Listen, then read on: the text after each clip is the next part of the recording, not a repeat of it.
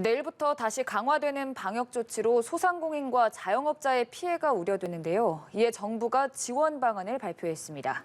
손실 보상 대상을 확대하고 이와 별도로 방역 지원금도 지급하는데요. 오늘 이 시간 정철진 경제평론가와 함께하겠습니다. 안녕하십니까? 네, 안녕하십니까? 네, 일단 내일부터 강화된 거리두기 조치가 적용이 되는데 이 여파가 소상공인들의 매출에 어느 정도 영향을 미칠까요? 상당히 영향을 미치겠죠. 이것은 불보듯 뻔한 일이라고 볼 수가 있겠고요. 더 중요한 문제는 한국 경제 전체에도 영향을 미칠 것이다. 이렇게 볼 수가 있겠습니다. 당초에 올해 우리나라 경제 성장률 4%대를 예측을 하지 않았었습니까? 네. 실질적으로 수출 같은 경우에는 정말로 놀라운 그런 한 해를 보냈고 아마 한국 경제 처음으로 6천억 달러를 돌파하는 그런 모습을 보였는데 네. 그때 우리가 4%대를 감안했던 건 민간 소비가 어느 정도 따라와 줄 것으로 봤었거든요. 네. 근데 너무나 안타깝게도 지금 11월 그리고 또 이제 12월 사회적 거리두기가 강화됨에 따라서 조금은 아쉽고 아직 결론은 나봐야 되겠지만 저는 4% 경제 성장률은 좀 힘들지 않을까 이번 조치를 이렇게 바라보고 있습니다. 그러다 보니 정부에서는 어찌 됐든 4% 경제 성장률이라는 목표를 또 이뤄내기 위해서 네. 또 그동안 피해를 받은 업종들을 보상하기 위해서 이번에 지원책을 발표를 했는데 그 이전보다 업종을 확대해서 좀 적용을 하지 않았습니까? 네. 피해 업종에 대해서 이제는 좀 자각지대가 없다고 봐도 되는 건가요? 기준의 문제가 좀 있다 저는 아직도 보고 있거든요. 네. 이제 당초에 치열하게 손실 보상에 있어서 논란이 됐었던 것이 영업시간 제한과 인원 제한이 있을 때 네. 영업시간 제한만 이제 인정을 해줬었거든요. 근데 소상공인들 입장에서는 이게 거의 같은 피해입니다. 인원 제한이라는 것도 상당한 피해를 주는 부분 아니겠습니까? 그러나 왜 영업시간 제한만 인정했지? 근데 이제 이번에는 영업시간 제한, 인원 제한을 다 같이 포함을 하지 않습니까? 근데 또 최근에 화두가 된 것은 방역 패스거든요. 방역 패스도 소상공인 입장에서는 이게 분명히 영업에 피해를 준다고 또 바라보고는 있는데 아직 방역 패스는 또 손실 보상에 들어가지는 않는데 또 계속해서 이제 소상공인들이 주장하고 이렇게 될 때 방역 패스도 또 하나의 보상의 기준이 된다. 이렇게 어떤 원칙들이 조금씩 바뀌게 되는 것이 문제고 애당초 좀 폭넓게 좀 적용을 했었어야 되지 않나 또 그런 생각이 그리고 듭니다. 한번 좀 여쭤보겠습니다. 지금 아까 전에 말씀하실 때 소비가 상당히 안 따라줬다라고 네. 말씀을 하셨잖아요. 그러면 사실 지금 영업시간 제한이면 소비가 더 줄어들 거고 네. 그러면은 경제 전망이 더 안 좋아질 텐데 소비 진작책 줄이면서도 소비 진작을 할 수 있는 방법이 뭐가 있을까요? 이제 그래서 비대면 소비 쿠폰 이런 것들도 네네. 많이 얘기를 했었고요. 방역하는 한 소비를 늘리는 이런 어떤 협조들도 많이 구했었는데 현실적으로는 이렇게 명확한 영업시간 제한, 인원 제한이 나온 상태에서는 소비를 늘리는 그런 한계가 분명히 존재합니다. 알겠습니다. 그럼 영업시간이나 어찌됐든 인원 제한으로 좀 제한을 가하는 상황에서 네.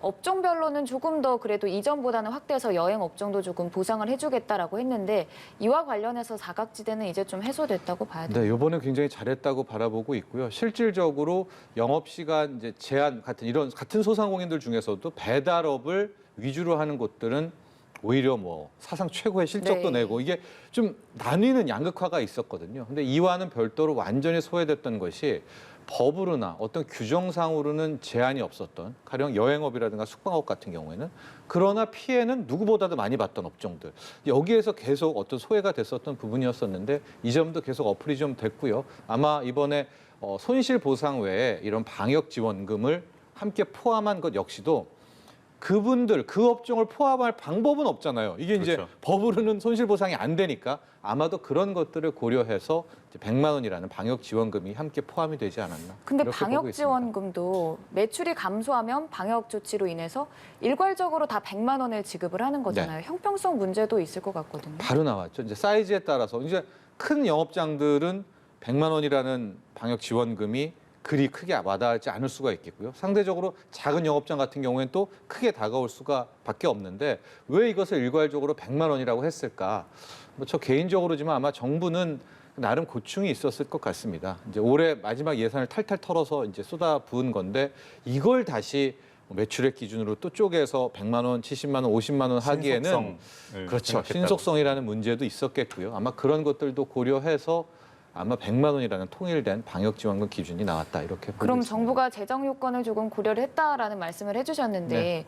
지금 현재 재정 상황이 많이 조금 차 있는 상황인 건가요? 그렇죠. 왜냐하면 이제 우리가 얼핏 착각하는 게 이번에 나오는 돈이 내년 슈퍼 예산 아니야? 거기에 엄청나게 많은 손실 보상이 돼 있는데 그거 왜 못 땡겨 쓰는 썼지? 거 아니냐. 아닙니다, 여러분. 그 예산은 이제 내년 써야 되고요. 네. 올해 초안은 4조 3천억은 탈탈 털어서 했었기 때문에 아마 이것으로 할 수 있었던 최대치를 이제 쓰지 않았을까라고 보고 있습니다. 그러다 보니 정치권에서는 추경 얘기도 나오고 있거든요. 근데 현재로서는 이제 추경하기가 힘든 것이 내년 3월에 대선이라는 또 네. 하나의 요건이 있지 않겠습니까? 그렇기 때문에 아마 정부는 여기서 좀 4조 3천억으로 끝을 내고 아마 다음 정부에 뭐 어떤 예산을 넘기지 않을까 이렇게 바라보고 있습니다. 그러면 평론가께서는 지금 방역지원금 100만 원이라는 금액 그리고 뭐 손실보상금까지 같이 받는다면 네. 하한선으로 50만 원, 최대는 1억까지 이 금액이 소상공인들의 피해를 조금 달래는 데는 적절한 액수라고 보시나요? 그렇지는 않겠죠. 예, 아마 소상공인분들도 그런 점 때문에 지금 당장 22일이죠. 예, 아마 단체 행동이라든가 이런 것들도 이야기하고 있고 소상공인분들의 주장의 핵심을 좀 보면 어떤 이런 지원보다는 이 방역 지침에 대한 좀 근본적인 어떤 공평성 또 효율성에 대한 이야기들을 많이 하는 것 같아요.